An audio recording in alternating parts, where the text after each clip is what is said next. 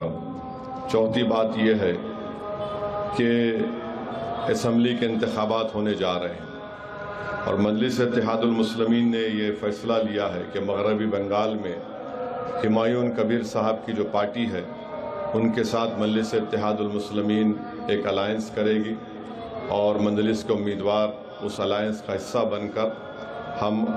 मगरबी बंगाल के इलेक्शन में हिस्सा लेंगे। हमारी कोशिश यही है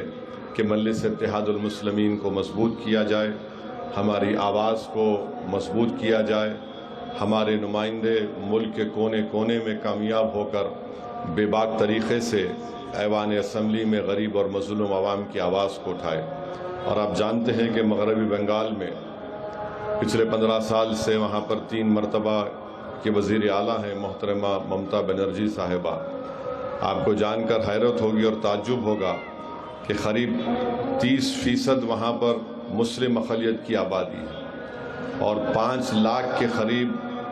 बैकवर्ड क्लास के सर्टिफिकेट को कैंसिल कर दिया गया, जिसमें ज़्यादातर मुसलमानों के बैकवर्ड क्लास सर्टिफिकेट हैं। बहुत से नाइंसाफ़ियों की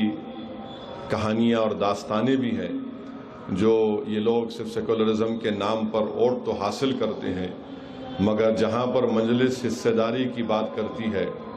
जहाँ पर मजलिस शराकतदारी जमहूरियत की जो बात हमारे बुज़ुर्गों ने की थी उसको अमल करने का मुतालबा करती है,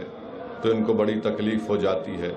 तो ये बात भी, क्योंकि ये अवामी जलसा नहीं है, ये मजलिस इत्तेहादुल मुस्लिमीन के अरकान का एक ईद मिलाद की तकरीब है, मैं ये ज़रूरी समझा कि आपके सामने भी इस बात को रखूं। और शायद बहुत से लोग आप नहीं जानते होंगे कि मालदा में जब पंचायत का इलेक्शन हुआ था, उस मालदा में मजलिस को 60,000 वोट मिले थे। तो ऐसा नहीं है कि मजलिस वहाँ पर मेहनत नहीं कर रही है। पिछले बार भी हम लोग 5 या 6 सीट पर इलेक्शन लड़े थे। अभी भी हमारी कोशिश ये है कि हम लोग इन्हीं सीटों पर या जहाँ पर भी बातचीत होगी उनसे उसको तय करके अप्रैल 23 और 26 को 2 मरहले में वहाँ पर इलेक्शन है। तो ये हमारी कोशिश होगी और आप अल्लाह से दुआ भी करिए कि हम लोग अपनी इस कोशिश में अल्लाह हमको कामयाब और कामरान करे और मगरबी बंगाल के असम्बली में भी मजलिस इत्तेहादुल मुस्लिमीन के उम्मीदवार जैसे कि मैं सो रहा हूँ तो पिताजी को जगाना है मुझे, तो वो डायरेक्ट उठाने के बजाय, और हिंसा की परंपरा मेरे यहाँ नहीं थी सौभाग्य से, तो वो क्या करते थे कि उस कमरे में आ जाएंगे या बाहर से गुजरेंगे और चौपाई बोलेंगे, प्रात काल उठिके रघुनाथा मात पिता गुरु नावई माता। कभी कभी मैं गुस्से में उठ करके अरे पापा चरण स्पर्श किया और सो गया। मैंने कहा अब मत उठाना।